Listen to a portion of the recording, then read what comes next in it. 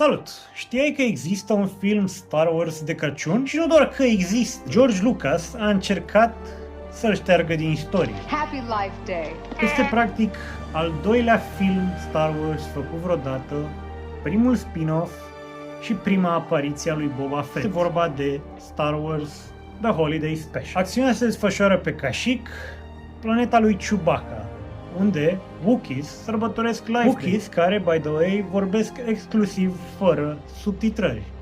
Deci nu poți să înțelegi nimic din ceea ce zic.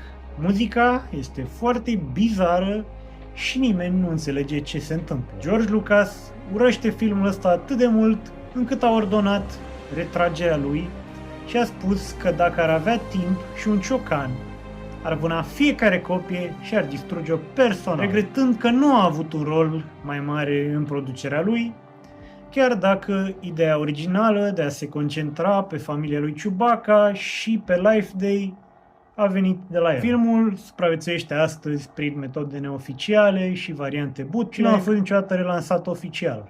Dar fanii sărbătoresc Life Day în fiecare an pe 17 noiembrie, data originală de apariție a filmului.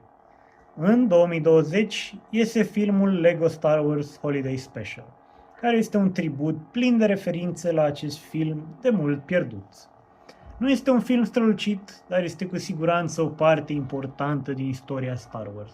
Și dacă dorești să-l vezi, este disponibil chiar acum pe YouTube. Crăciun fericit și un an nou plin de tot ceea ce vă doriți.